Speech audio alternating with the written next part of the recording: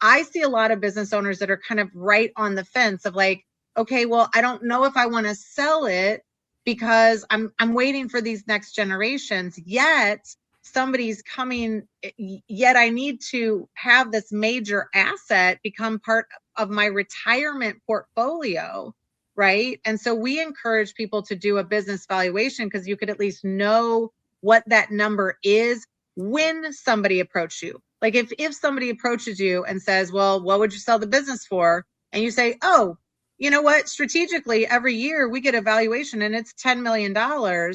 Then, and the person be like, oh, I thought maybe 5 million. Well, you're not the right buyer. Thank you. Thanks for hanging out. I'm waiting for the next generation. But do you see families waiting for generations or really proactively planning, maybe some gifting or maybe some, getting their books ready to eventually sell? Like, what do you see people really doing?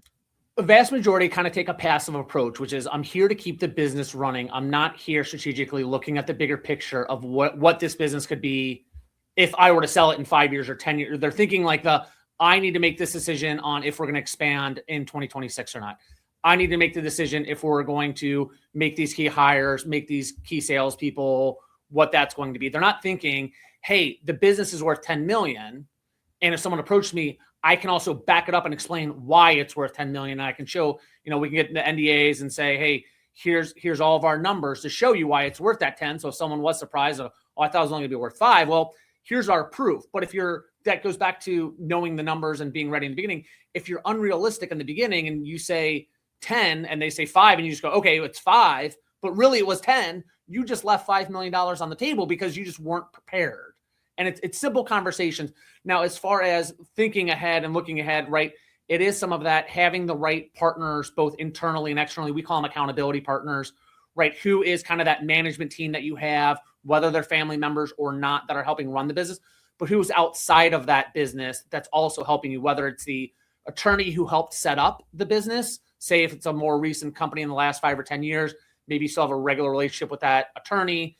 How it's set up might be of interest or a preference to a buyer. If you're an S Corp, C Corp, partnership, those are all going to have separate little things. But again, being able to say why the business is worth 10, what you can do, and do assets like cash need to be distributed to internal people before a sale, after a sale, but also those external partners, right? You have someone internally saying, hey, we've done our books. We do it every year. It's worth 10 million.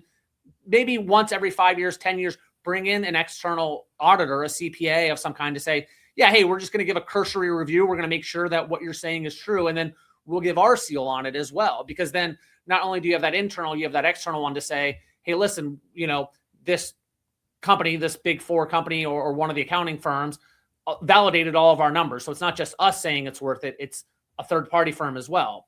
And then you take a likes of myself, a financial advisor or an estate planner to come in and say, great, you are going to sell. It's going to be $10 million. What's next now, right? And we know the sale is not going to happen at the end of 2025 unless it's been planned for. But then what? Are you staying on with the company to continue the operations for 2 or 3 years? Is it just you as the owner? Is it you and the management team? Now that you have this money, are you looking to pay for children and grandchildren expenses, weddings, colleges, homes, those sorts of things? Are you looking to become charitable, whether a university, a high school, other nonprofits? Those kind of conversations start to come up because it's like, well, now what am I going to do? I've been running this business, and let's say you do a full out sale and now you're done. Then what? And that sometimes catches people too, as much as getting the number. I feel like, well, I don't know what I'm going to do once I sell this business. So I'd rather just stay running the business because I don't know what else I'm going to do, right? I don't have the hobbies. I don't have maybe they're at the country club, but they're doing it for social reasons, not because they enjoy it. They want to keep running the business because that's what they've known.